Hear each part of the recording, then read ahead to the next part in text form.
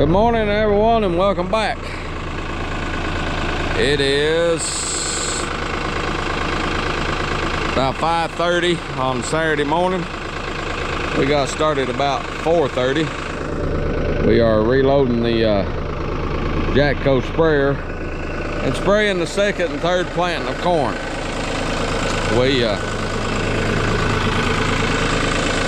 Goal is today to spray plantings 1 through 3 of corn and plant and spray the first planting of pumpkins.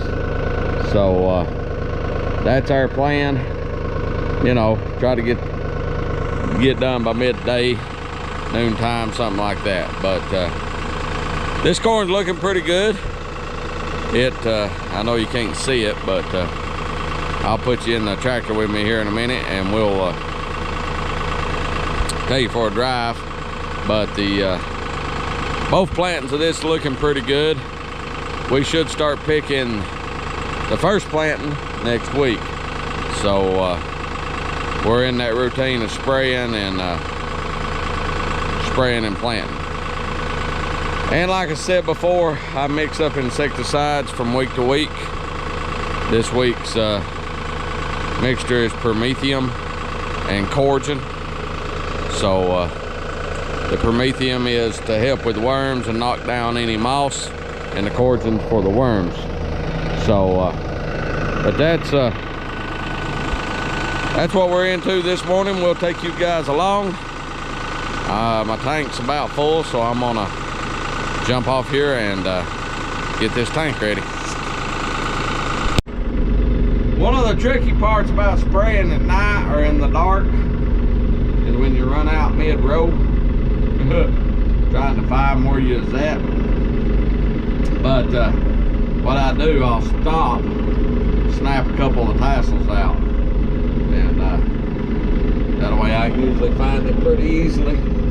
But one thing about the corn, I often get questions about what variety of corn I grow. I grow a bicolor corn.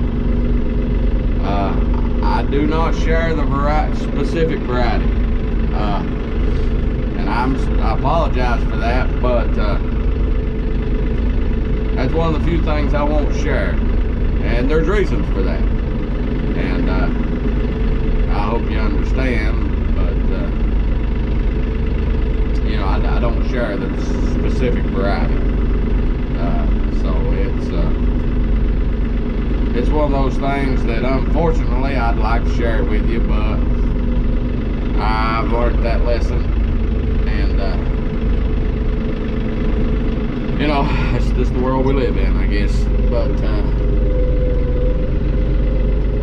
I am hunting my starting point, and it's not too far out here. Too far at all, I don't think. But like I said before, this is we're getting into that that routine where we'll be doing this all summer. Well, didn't think it was out here too far. I've still not seen it. Right there it is. Our broken tassels. Alright, I'm gonna get started. Okay, we're up to about 9:30, 10 o'clock now. And we've came on to the next field. What we're doing, we're spraying pumpkins. And we'll look at them in a minute. This is planting 4 of our corn. And you can see it looks really good. It's about thigh high on average. This is the planting I didn't get back over the second time with the herbicide, so there's some weeds in it, but it's pretty clean.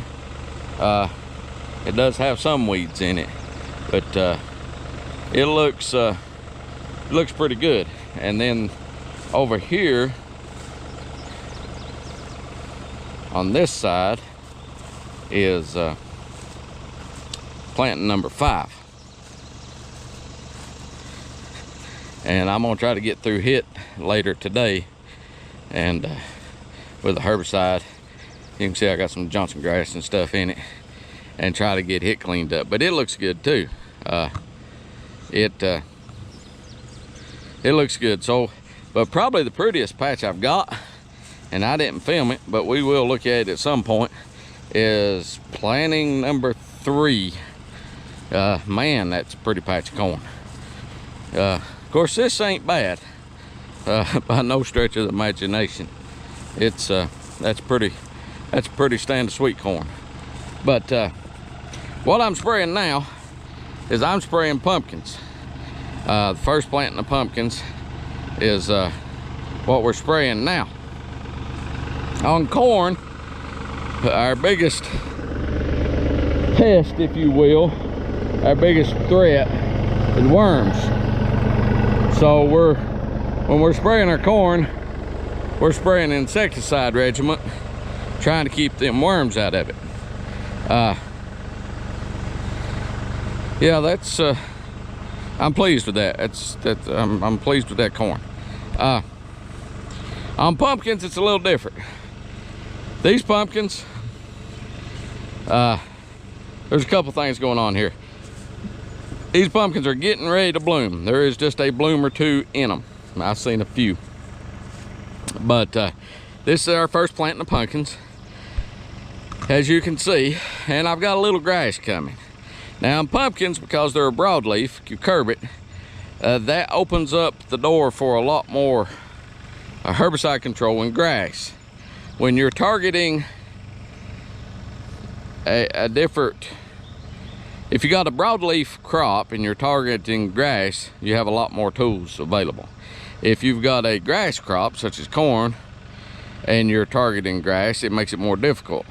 Same with a broadleaf crop. If you've got broadleaf crop and you're targeting broadleaf weeds, that makes it more difficult.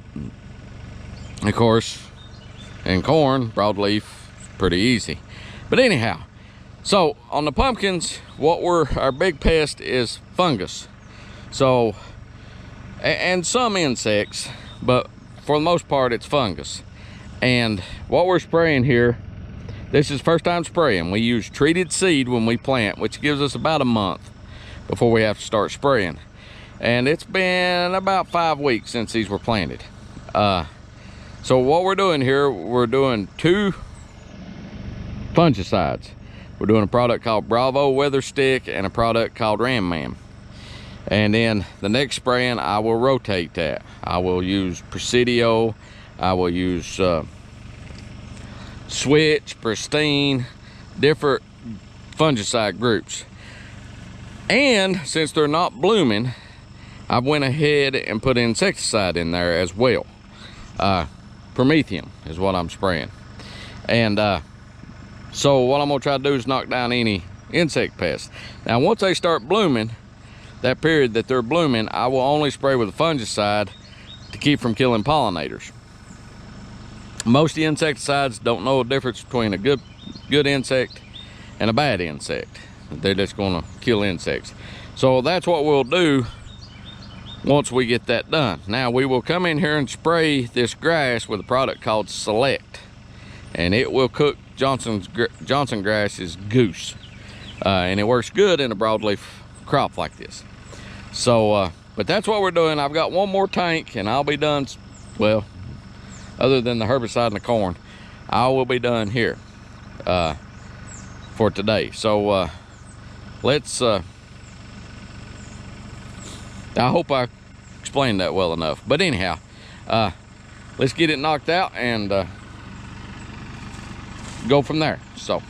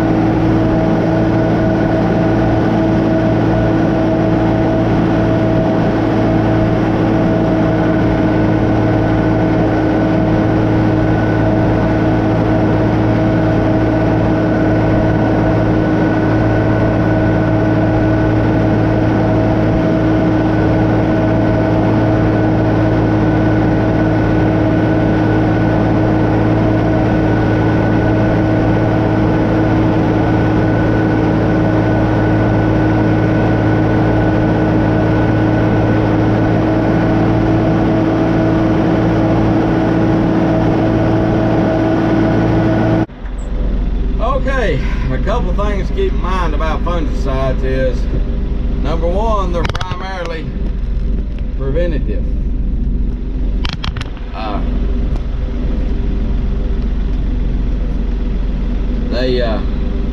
They work best if you get them on before you have disease issues.